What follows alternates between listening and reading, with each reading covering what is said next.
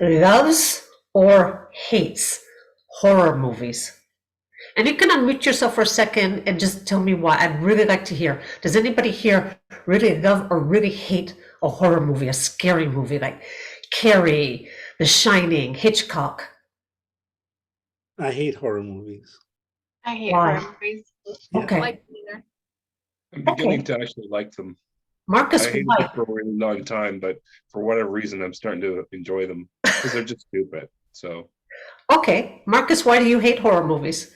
You know, I don't think I like to, when I watch a movie, I like to be enjoyed. I like to be inspired. I don't like to sit there frighten myself or put negative thoughts in my head. I find about the church or about the devil. So you feel frightened? It makes you feel like the frightened? concepts of them is, to scare you, right? So it's like, just like I don't feel like going to the edge of a cliff and looking down. Right. Do a lot of you feel scared when you watch a horror movie? Yeah. That's the intent. Right? Okay. Yeah, that's normal. We feel scared. Yeah. Why? It's just a movie. You know it's just a movie. Okay, you can mute yourselves again. You all know it's just a movie, so why do we feel scared? Because our brain believes what it sees and hears. Our brain believes the messages from our sensory system. So even though you know it's just a movie, the fear part of your brain, which is so connected to our survival, overrides the thinking part of our brain, and we feel scared. Thank you so much for inviting me to speak with you today. My name is Ann Klausner, founder of Exercise with Care. And I hope to literally open your eyes today to some new ways of thinking about pain, movement, and how our brain and body actually cooperate with each other and message each other in what's called a brain-body loop, back and forth all the time. If you had met me 20 years ago, you would have found me working in a warm water therapy pool as an aquatic therapist at the Sheba Rehabilitation Hospital in Israel. And when I worked there, it was all mostly inpatients. They would either sometimes walk on the deck to the pool, sometimes they'd come with crutches, sometimes they'd be in a wheelchair and have to go into a lift and be lowered into the water.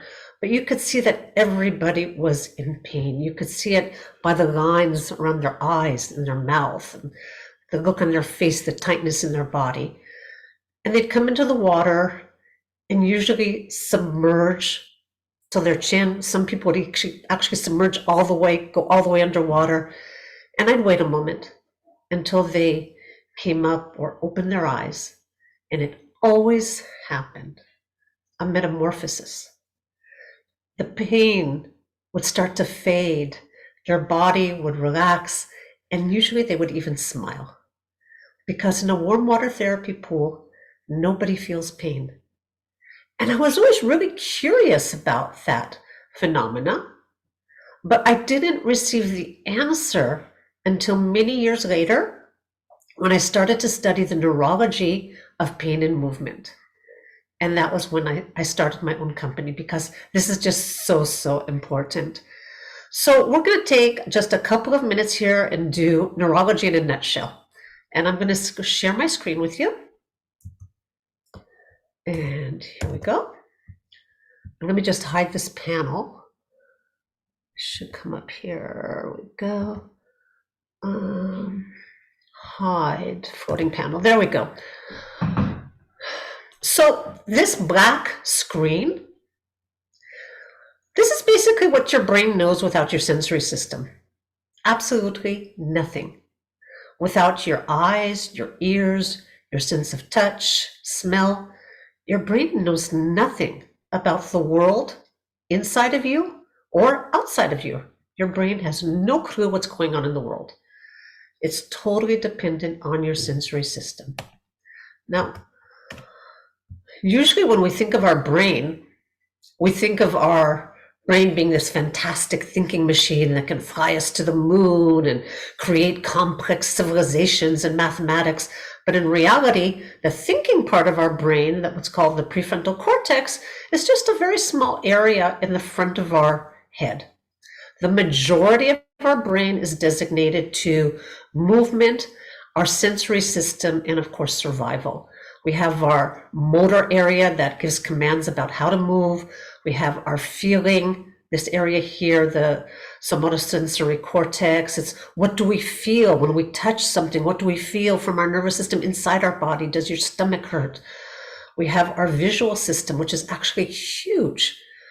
75% of the information going to our brain approximately is from our visual system. We have our audio system. What do we hear? Unfortunately, I feel like we're hearing less and less with earbuds, and we're just not listening as much as we used to the world around us. Our sense of smell. And just a little tidbit, our speech center is really small in relation to our audio center, which I guess is the message being that we should be listening more than we should be speaking. That's just a little trivia for you guys.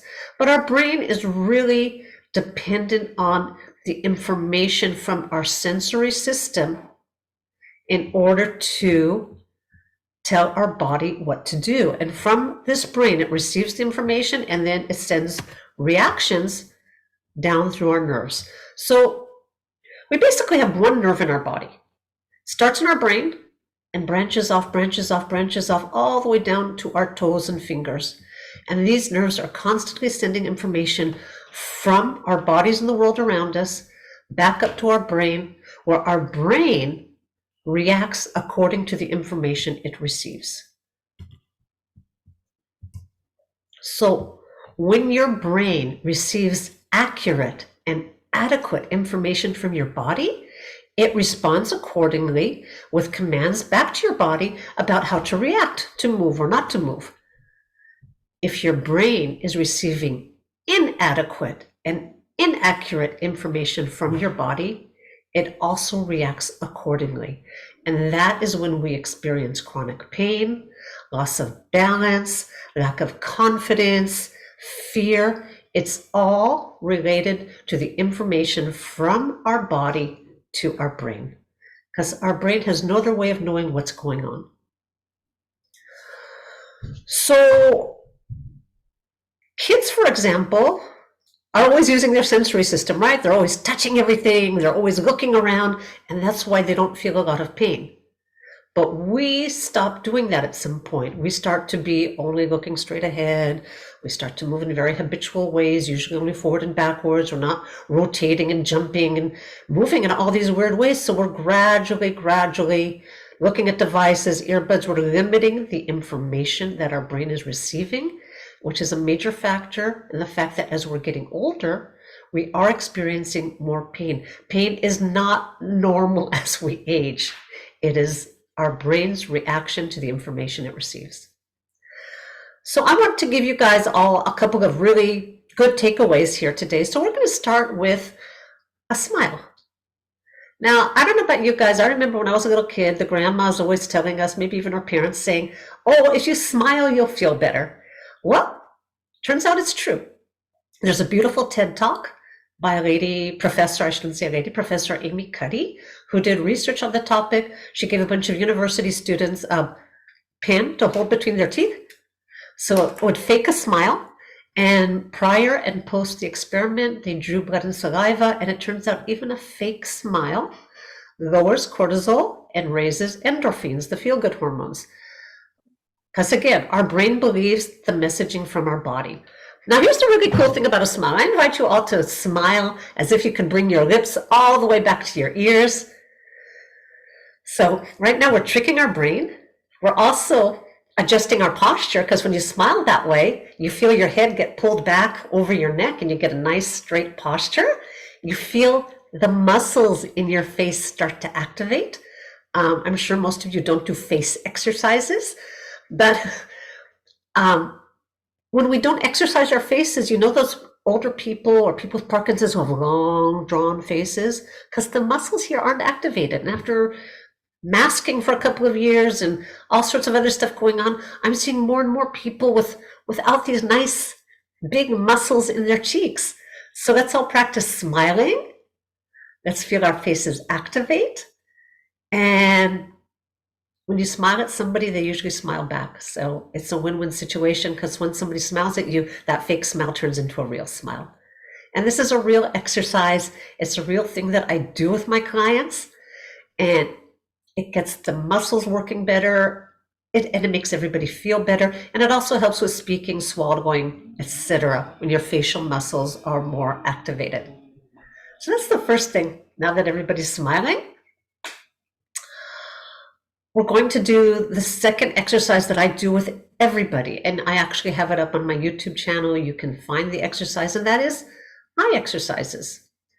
Because as I mentioned before, it seems like we're all kind of looking at devices lately. We're losing the ability to move our eyes around and scan our environment. You know, like those creepy dolls? We should all be able to do that. It widens our knowledge of the world around us. It makes our brain feel safe. It improves our balance.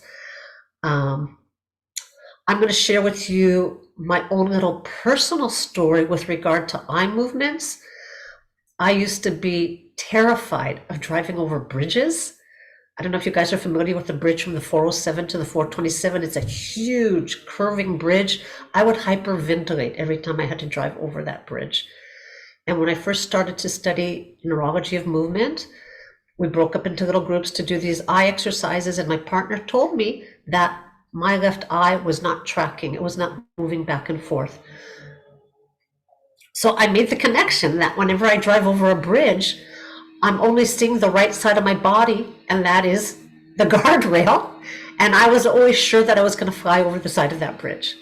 So I started to do my eye exercises very diligently, and I'm no longer afraid of driving over bridges. And I'd be driving around after I started doing the exercises, looking, going, wow, I never noticed all of these things on the left side of my body, on the left side of my world. It really changed my perspective, and my balance is much better than it's ever been. A few other reasons also, not just the eyes. So I invite you all to just sit nice and tall in your chairs. And without moving your head, you want to put a finger here to make sure you don't move your head. Just move your eyes and look a little bit around the room and make a mental note of how much of the room you can see. So we're just going to look around. How far can you see?